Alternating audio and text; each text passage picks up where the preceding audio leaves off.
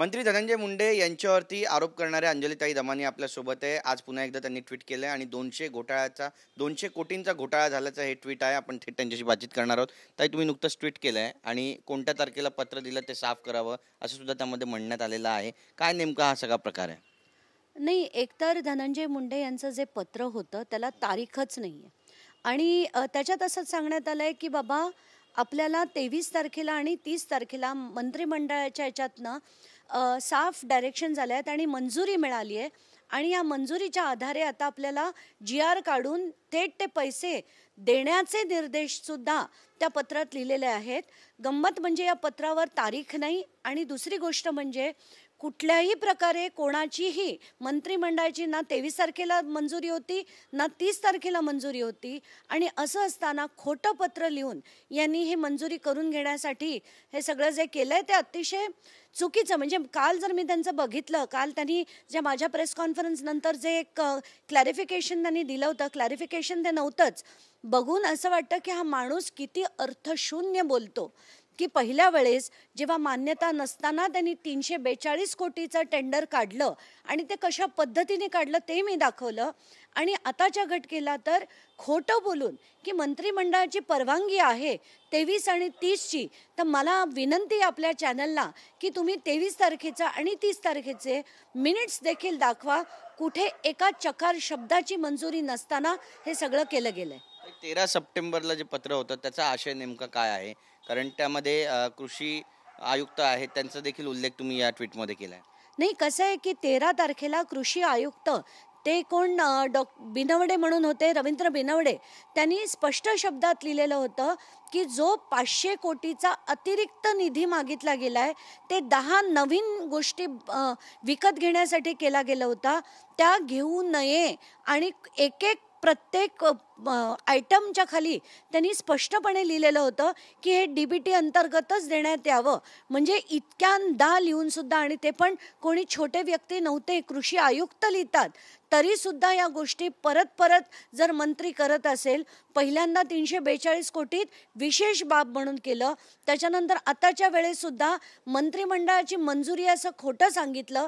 तर हा माणूस मंत्री पदाच्या योग्यतेचा नाही, पात्रतेचा नाही, त्याच्यावर तात्काळ कारवाई झाली पाहिजे. पालीवाल आणि महेश्वरी यांचा देखील उल्लेख आहे. काय नेमकं हे प्रकरण किती मोठं आहे आणि याची व्याप्ती कुठपर्यंत गेली? किती हजार कोटींचा, शेकडो कोटींचा घोटाळा झाला असं तुम्हाला वाटतं? नाही, आताच्या घटकेला कसं आहे की नॅनो युरिया आणि नॅनो DAP, नॅनो युरिया जी 92 रुपयाची होती ती 220 रुपयाला सरकारने घेतली आणि त्या 19,68,000 बॉटल घेतल्या गेल्या.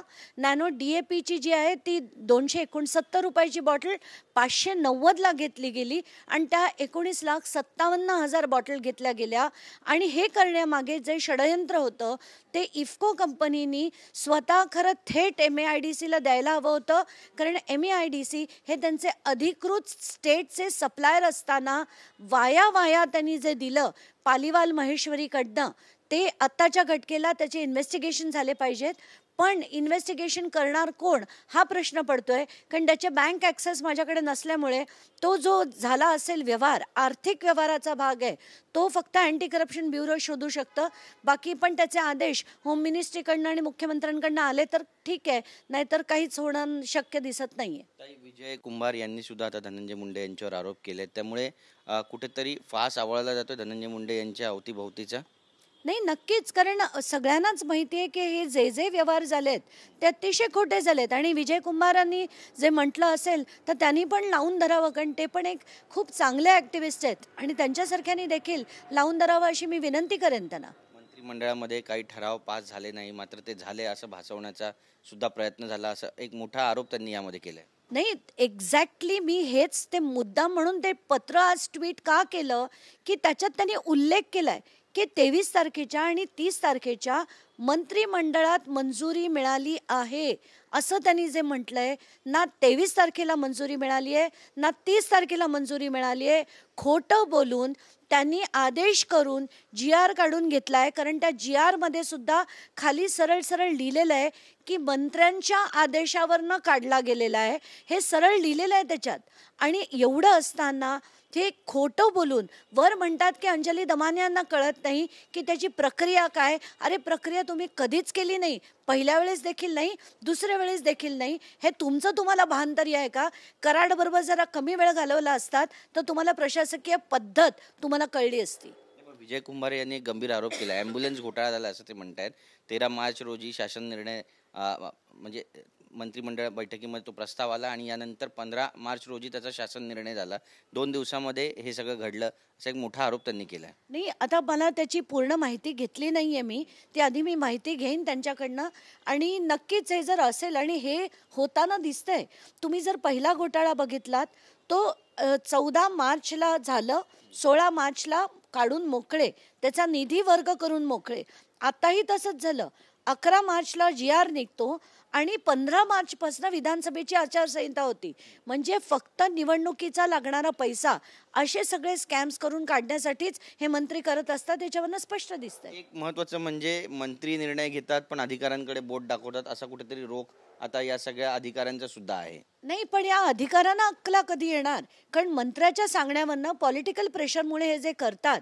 कारण तुम्हाला आठवत असेल V राधा यांची तडकाफडकी जी बदली केली गेली होती आणि तेव्हा देखील बातम्या अशाच आल्या होत्या की धनंजय मुंडेंचं आणि यांचं पटत नव्हतं. त्यांनी कुठेतरी अडून सांगितलं की मी हे करणार नाही, म्हणून तडकाफडकी त्यांची बदली झाली होती. खरं तर माध्यमांनी त्यांना जाऊन विचारायला हवं की तुमची बदली का केली गेली, तुम्ही त्यांची कुठली फाईल अडकवली. कारण आता जोपर्यंत अधिकारी हे सगळं थांबवणार नाही, बळीचे बकरे तेच होणार आहेत. मंत्र्यांपर्यंत कधीच काही येत नाही.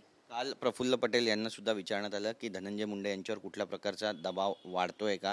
त्यावेळी त्यांनी सांगितलं की अजित पवार याबद्दलचा निर्णय घेतील, मुख्यमंत्री निर्णय घेतील, पण अजून तरी त्यांचं कुठेही असं सहभाग आहे असं दिसून येत नाही.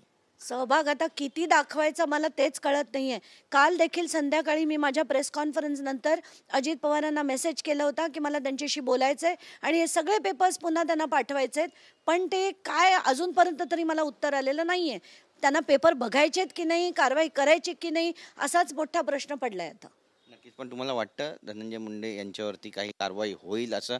कारण वारंवार प्रश्न राजकारण्यांना सुद्धा विचारले जातात, त्यांच्याकडूनही हेच उत्तर वारंवार मिळत आहे. जोपर्यंत होणार नाही तोपर्यंत मी विषय लावून धरणार, याच्यात काहीच शंका नाही. आमच्याशी बातचीत केल्याबद्दल. तर आपण पाहतोय की धनंजय मुंडे यांच्यावर जोपर्यंत कारवाई होत नाही तोपर्यंत विषय लावूनच धरणार असं म्हणतात अंजलीताई दमानिया. पुढचे नेमके पुरावे कोणते असणार आहेत हे देखील पाहणं महत्त्वाचं ठरेल. कॅमेरा पर्सन नरसिंगसह गिरीश गायकवाड, TV9 मराठी, मुंबई.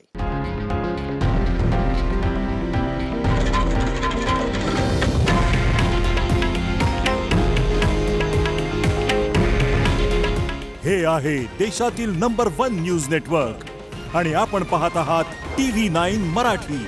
काळजी तुमची, हित महाराष्ट्राचं.